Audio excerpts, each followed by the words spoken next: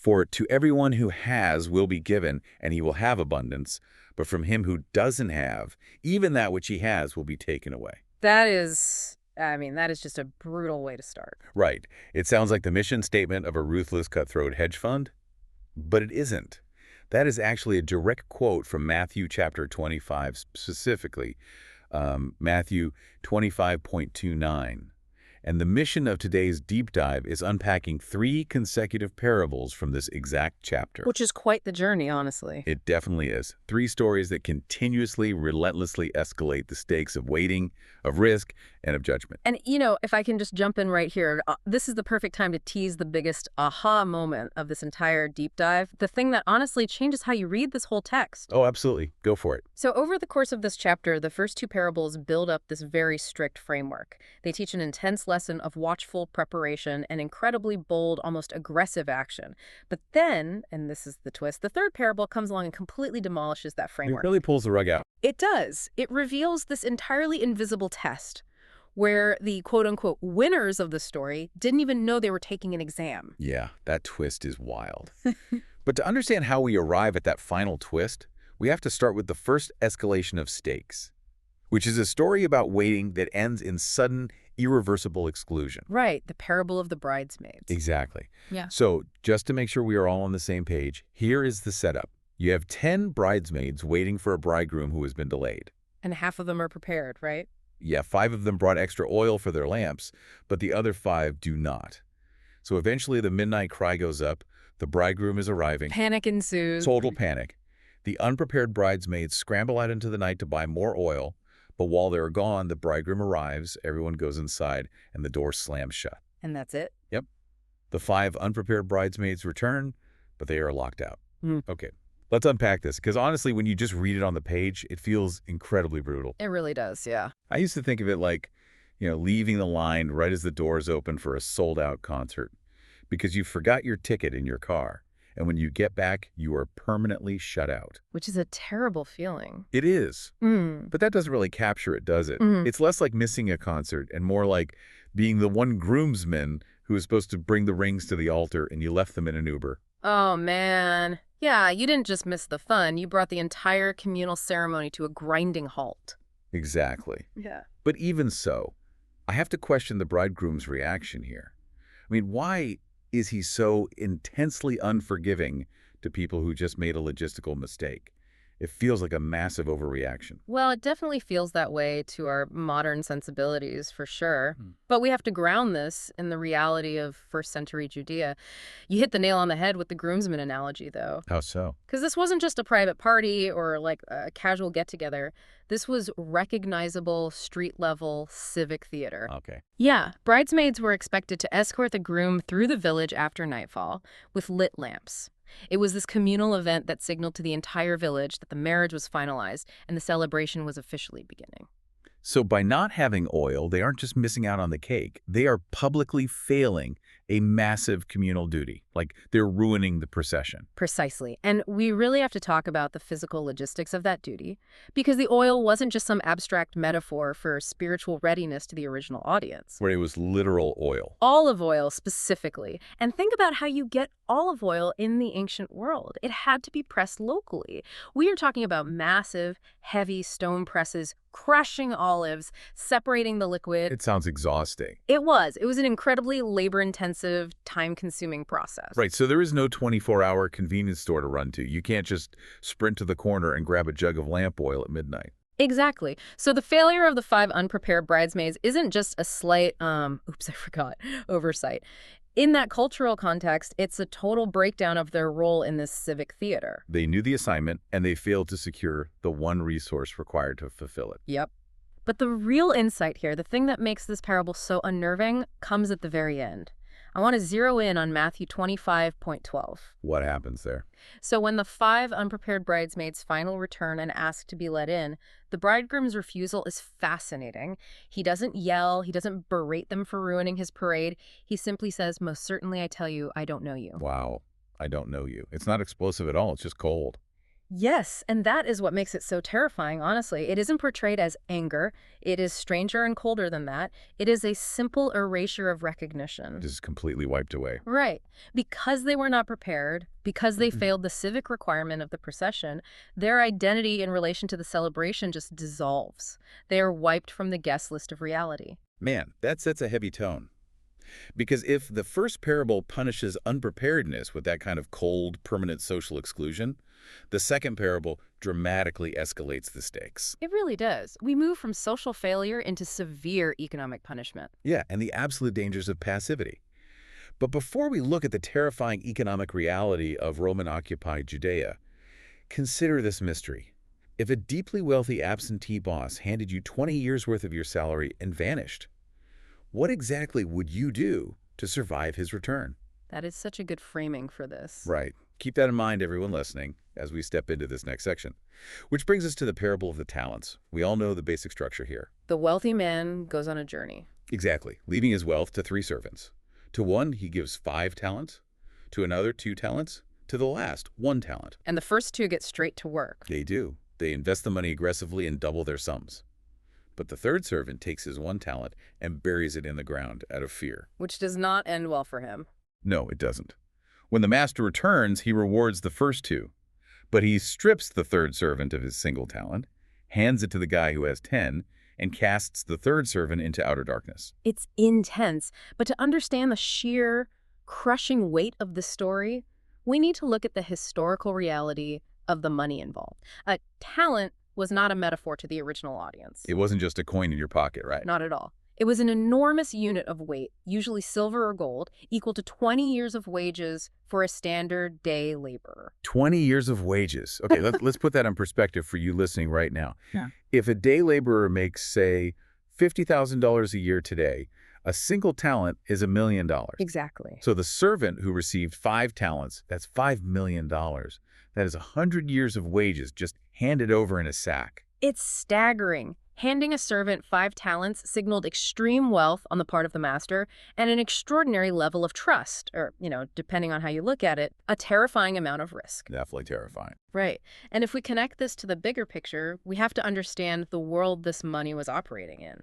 Roman Judea ran on a layered economy of brutal extraction. What does that look like on the ground?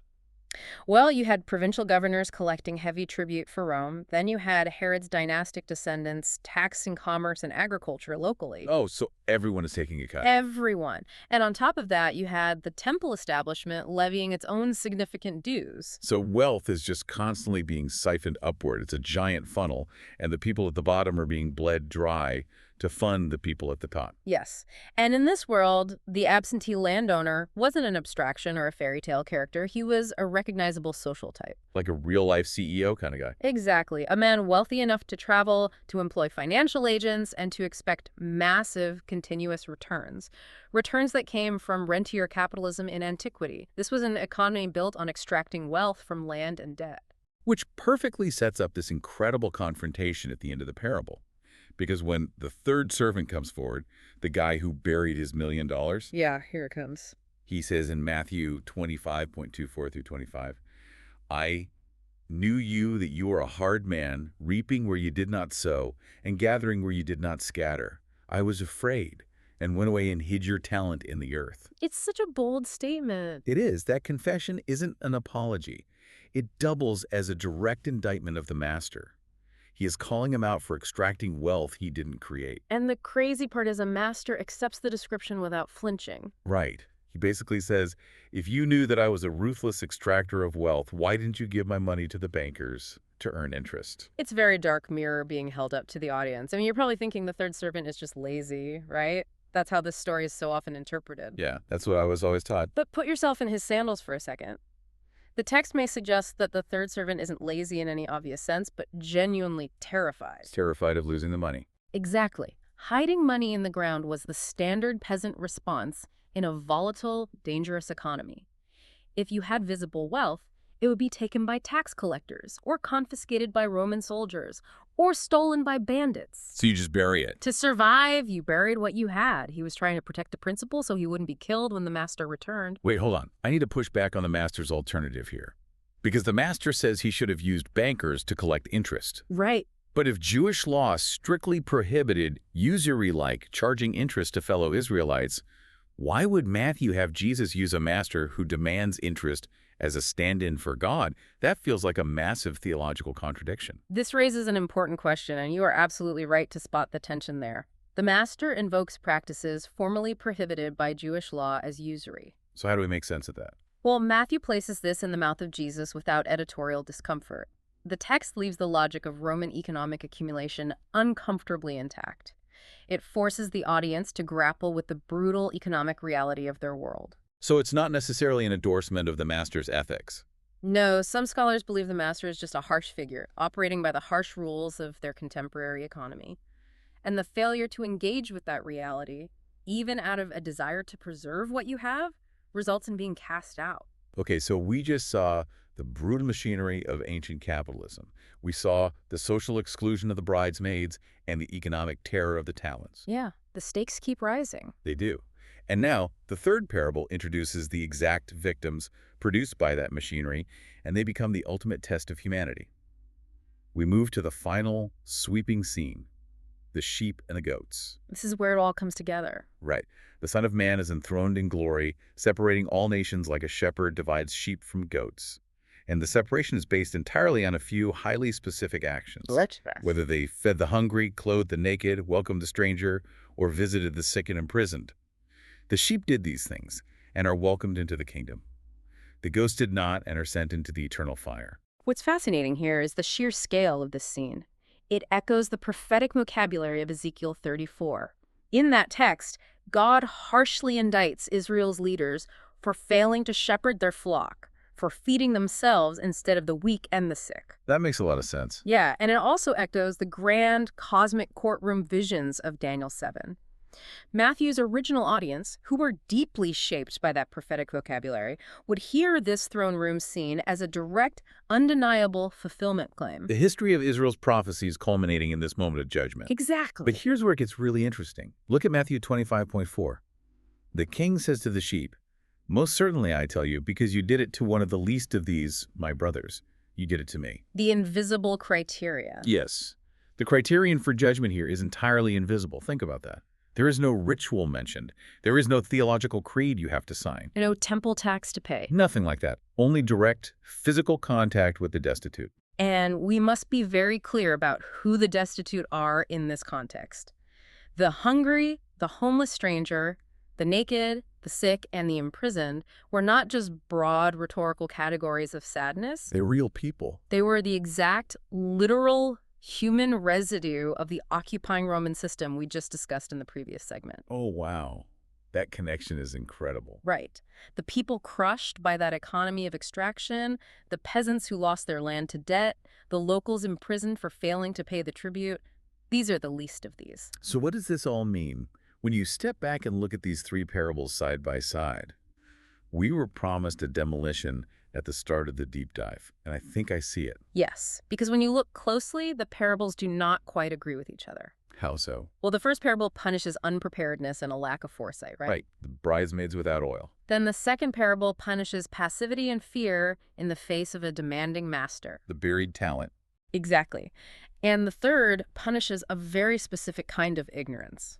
The first two parables build this heavy, anxiety-inducing framework of constant watchfulness and bold, aggressive action. You have to be ready. You have to invest. But the third parable completely demolishes that framework of anxious performance. Yes. The people who inherit the kingdom, the sheep, genuinely did not know they were doing anything of cosmic significance. They just saw someone who was crushed by the Roman economy and they fed them, or they visited a prisoner. They had absolutely no idea they were passing a cosmic test. Exactly. And I think that might be the sharpest blade of the entire chapter. The real drama isn't in the apocalyptic fire or the outer darkness. It's in the shared blindness of both groups. They both asked the same thing. Exactly. Both the sheep and the goats asked the king the exact same question, "Lord, when did we see you?" Neither group knew they were being tested. It really flips everything on its head. It really does. And that shared blindness, that invisible nature of this final test, is something we really want you to wrestle with today. So we want you to drop a comment below with your thoughts on today's intense historical drama. We would love to hear your take. Absolutely. How do you view the conflicting messages of these parables? Does knowing the brutal economic reality of the Roman extraction system change how you view the master with the talents? Or did the third parable change how you view the first two? Yeah, we read every single comment, Yeah. and we really want to read your perspective. And listen, if you enjoyed this deep dive, please make sure to hit that like button and subscribe to the show so you never miss an analysis. It really helps us out. It does. Finally, explicitly, make sure you check the description below for exclusive links related to today's sources. We have some fantastic extra material down there for you to explore on your own. In the next chapter, the leaders plot to arrest Jesus, and a disciple formally agrees to hand him over.